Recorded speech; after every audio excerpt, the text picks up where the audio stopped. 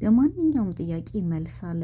ጥያቄ ካለን መልሱም አለን ማለት ነው። ምክንያቱም በዚህ ባለ ሶስተኛው ዳይሜንሽን ዓለም ውስጥ ሁሉም ነገር በንጽጽር ወይም በተቃርኖ ነው የሚሰራ። አንድ ነገር በራሱ ብቻው ሊቆም አይችልም። ተቃራኒው አብሮት ነው ያለው። ፖዚቲቭ ኔጌቲቭ መሀል ላይ ኒውትራል አለ።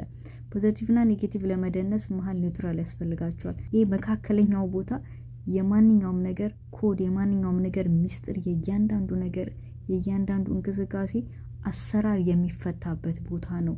በጥሞና በጸጥታ ስንሆን የምንገባው እዛ አይምሮ ውስጥ ነው። የተረጋጋ ሁሉን የሚያውቀው አይምሮ። ምንም አይነት ጥያቄ በኑሯችን በህይወታችን እያጣደፈን ከሆነ ያለ ነው ጥያቄያችንን ማዳመጥ እንለማመድ። ጥያቄ ውስጥ መልስ አለ። እንዴት ነው የምናዳምጠው? ጸጥታ፣ እርጋታ፣ ሜዲቴሽን፣ ጥሞና፣ ተመስጦ እንለማመድ። በህይወታችን ጤነኞችና ደስተኞች ሆነን ለመኖር የሚያስፈልገን ነገር በጠቅላላ በነፃ በተለቀቀበት ዩኒቨርስ ውስጥ ነው ያለነው።